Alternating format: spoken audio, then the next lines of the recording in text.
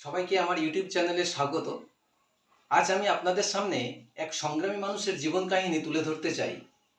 তো আসুন সেই সংগ্রামী মানুষের জীবন কোন জায়গায় দাঁড়িয়ে রয়েছে। যখন চারপাশের মেলা খুশিতে মেতে ওঠে তখন এই মানুষটি স্থির হয়ে দাঁড়িয়ে থাকেন।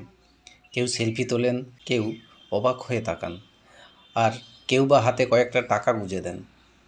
কিন্তু সেই পাথরের স্থিরতার আড়ালে কতখানি হাড়ভাঙা খাটুনি আর ধৈর্য মিশে আছে তা হয়তো আমাদের অনেকেরই অলক্ষ্যেই থেকে যায়।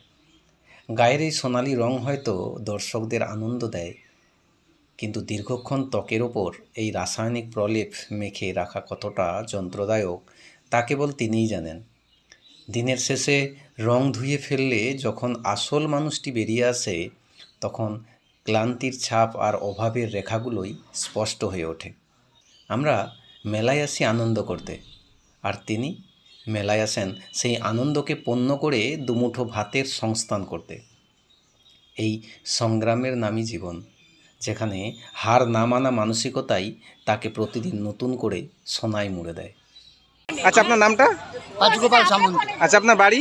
জয়রামপুর। বছর করছেন এই কর্মের সাথে? 1970 থেকে আজ কাজটা করলে কেমন লাগে আপনার?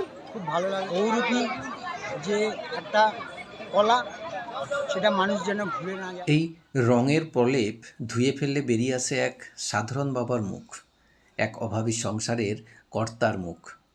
আমরা যখন মেলায় আনন্দ করি তখন হয়তো আমাদের নজরের আড়ালেই থেকে যায় এই সংগ্রামী মানুষদের প্রকৃত কষ্ট।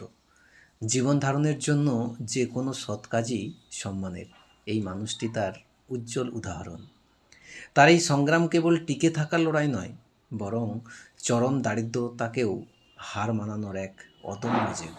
এই ধরনের আরও সংগ্রামী ভিডিও দেখতে হলে চোখ রাখুন আমার এই সংগ্রামী চ্যানেলে। নমস্কার।